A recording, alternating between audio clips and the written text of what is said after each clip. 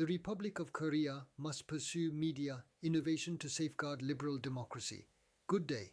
I am Professor Nam Yong Lee, PhD, and I also serve as chairman of the Bukak Forum, a fellowship of more than 2,000 PhD-level policy experts devoted to guiding and enlightening the grassroots citizens of the Republic of Korea in order to advance a healthy liberal democracy and a sustainable free market economy.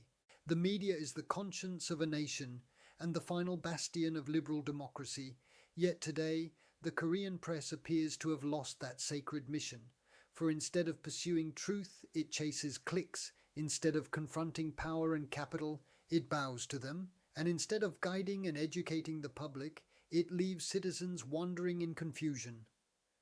Legacy newspapers such as Chosun, Jungang, and Dong-a-ilbo, together with the major terrestrial broadcasters and cable networks, have lost much of their former prestige, while even the new generation of independent YouTube journalists, once heralded as champions of free speech, have become absorbed in the pursuit of subscribers and advertising revenue and have drifted away from the true spirit of journalism. As a result, the public no longer trusts the press, and the rational arena of civic discourse, the heart of Korea's democratic public sphere, has begun to collapse.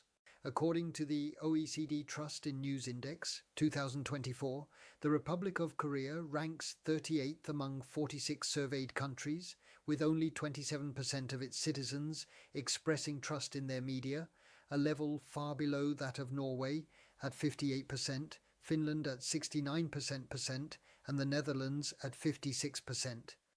In addition, the ratio of data analysis specialists to reporting staff in major Korean newsrooms remains below 1%, compared with 12% at the New York Times, 9% at the BBC, and 7% at NHK Japan.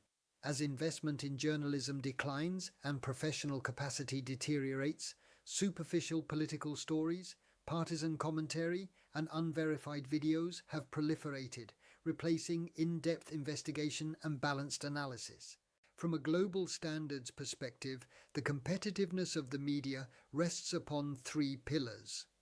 The first is transparent capital structure.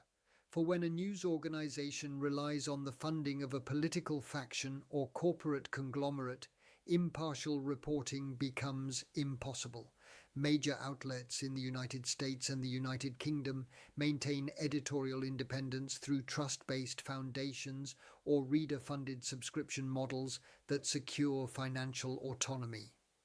The second pillar is data journalism and AI-driven investigative reporting, as exemplified by the New York Times, which by 2023 had expanded its AI and data analysis team to 14% of total staff and introduced statistical verification across political, environmental, and economic coverage.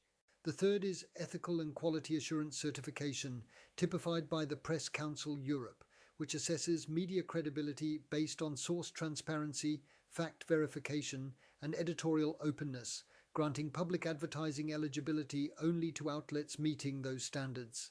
The Republic of Korea must now launch a national media renaissance strategy, modeled on these international best practices. First, without infringing upon press freedom, the government should establish a media professional fund to support training and research in data journalism, global news literacy, and AI ethics reporting, while entrusting its management to an independent body, such as a Media Innovation Commission, rather than to the National Assembly, so as to prevent political interference.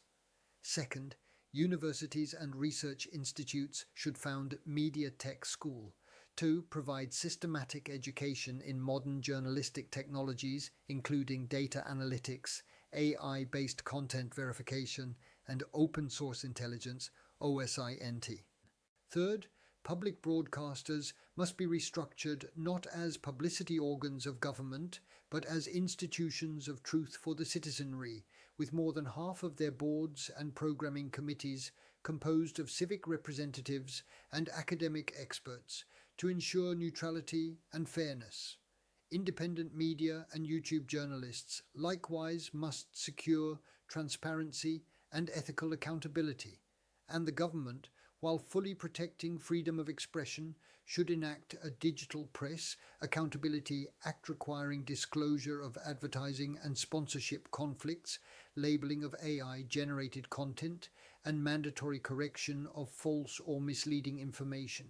Such regulation is not censorship, but a minimal safeguard necessary to restore trust in the digital information ecosystem.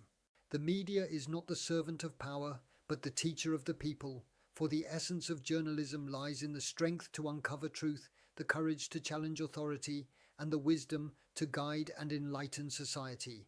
Korea today faces deepening conflict across politics, the economy, and social life, and the root cause of this division is the absence of truth. Only when citizens are equipped with accurate information and capable of rational judgment can liberal democracy function as it was intended to. The decline of the media signals the decline of the nation, while the revival of the media signifies the revival of liberal democracy itself. For the Republic of Korea to regain its place as a leading democracy and a model of global public discourse, the press must once again stand as the pillar of national trust.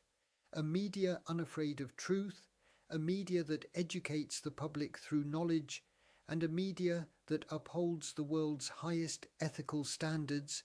This is where the new Korea must begin, ensuring that the collective intelligence of the information age stands upon integrity, wisdom, and responsibility. Thank you very much for watching.